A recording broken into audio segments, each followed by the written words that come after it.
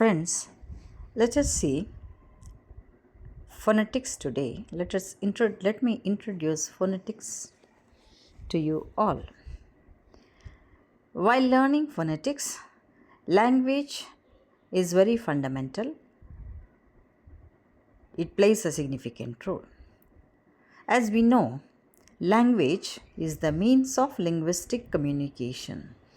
If at all we want to communicate, language is essential. And a language can be used for spoken or written purpose. The medium of speech is more important than the medium of writing. For example, we know a child learns speech first, then he starts learning writing and reading. So, every language has letters of the alphabet which represents a particular sound. So a child learns sounds first, letters first, and then language.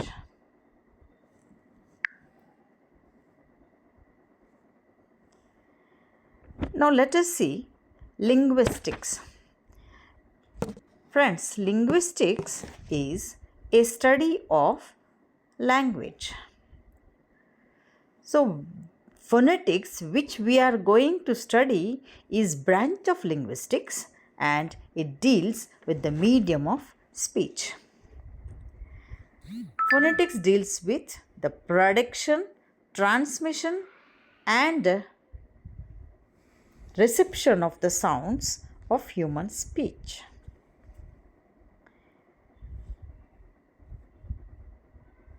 The production of speech sounds needs airstream mechanism. For example, put your hand in front of your mouth and say ah in whisper. You can observe the airstream passing out and you can feel with your hand the air that air passes out. The airstream is the base of speech sounds and we all of us know that. Lung air is used for the articulation of most speech sounds of most languages. In all the languages, the speech mechanism includes the lung air which comes out while articulation takes place. If we talk about the airstream mechanism, we also learn it as or study it as the respiratory system. The respiratory system consists of the lungs, the muscles of chest and the windpipe. We also call windpipe as the trachea. The lungs are spongy bodies. They are made up of small sacs called alveoli. Air is supplied to alveoli by small tubes called bronchioles. The bronchioles come together in two large tubes called bronchi. The bronchi join the trachea or the windpipe. The diagram in the slide is very vivid and it explains you the respiratory system, the organs that are used for the respiration. Friends, respiration includes inspiration and expiration. So, through the trachea, the air that we breathe in passes through the throat into the lungs, which is called as respiration. And the process of taking our outer air into the lungs is called inspiration. Similarly, the process of throwing out air from the lungs into the outer atmosphere is called expiration. I think the definition is very clear to you all.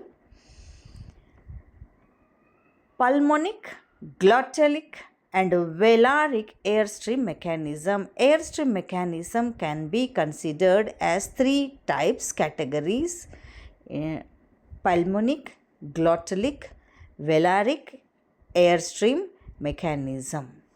So here the table shows that the airstream mechanism, the overview is shown here. Airflow initiator, airflow direction, and the language. So these are the subheads. For pulmonic egressive, lungs, through lungs air flows out. It is in the airflow initiator, and airflow direction is outward.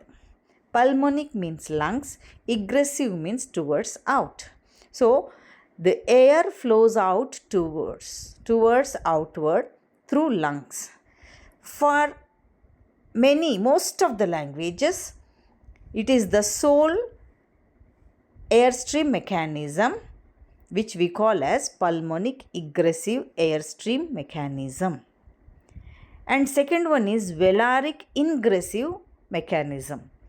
Velaric ingressive mechanism, in that airflow initiator is velum and the airflow direction is towards inwards. In South Africa, while speaking Zulu language, this sort of airstream mechanism is used. And then glottalic egressive mechanism. So here airflow initiator is glottis and air flows outwards.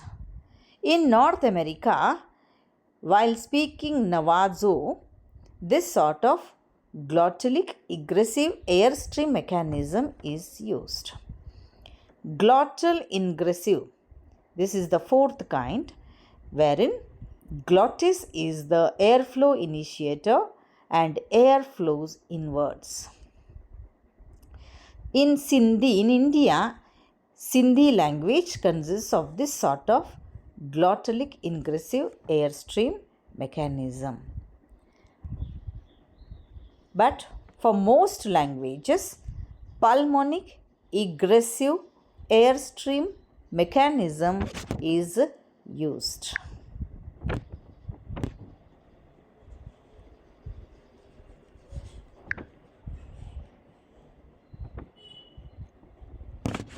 Now,